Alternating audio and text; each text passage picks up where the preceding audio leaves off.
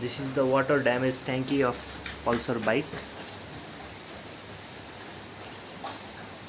Due to lots of uses and dirty petrols, the tank is degraded from the lower part.